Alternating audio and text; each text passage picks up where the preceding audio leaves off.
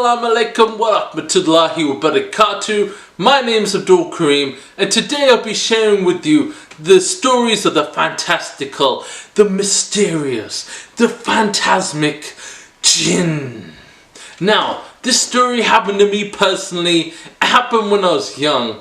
I went to boarding school.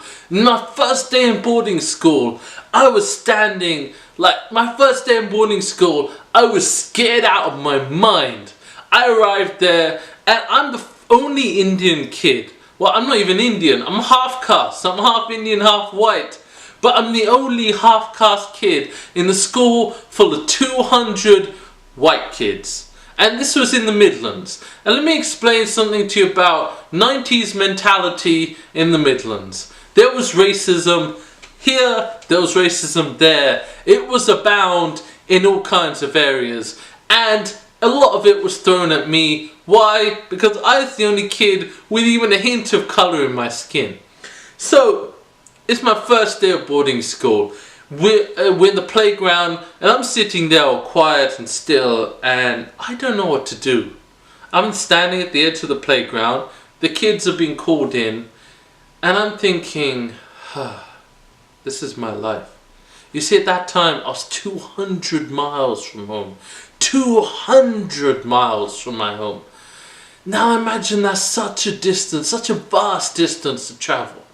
And I was sitting there thinking, wow. And then it happened.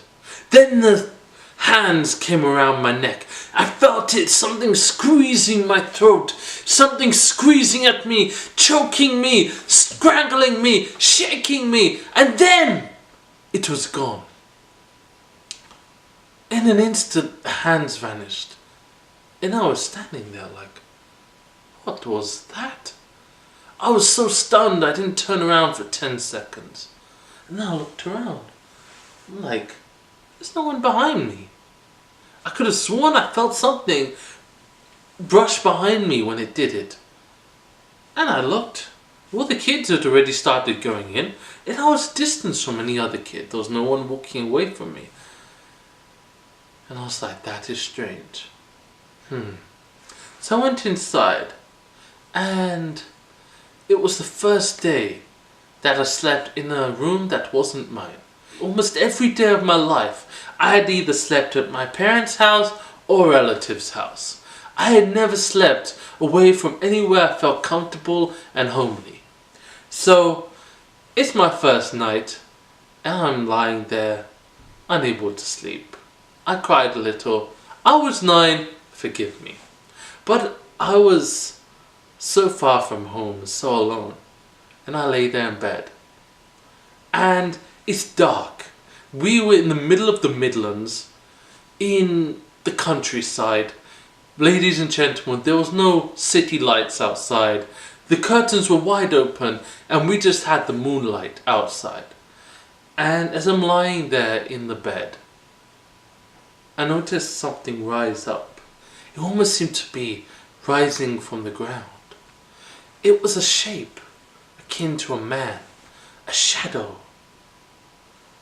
And it moved with a grace across the room. And I pulled the blanket up and I looked and I watched. My eyes were wide with fear. My eyes were wide and I couldn't stop taking my eyes off this thing. And it stood there at the edge of my bed. Then a hand came down. Slowly, menacingly it came. And it grabbed my foot. It grabbed with malice and fury.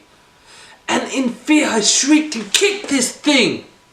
The thing fell back, hit the floor and vanished. You see, it could have been one of the other students. But unless they'd laid on the floor the whole night and seemingly vanished, it couldn't have been.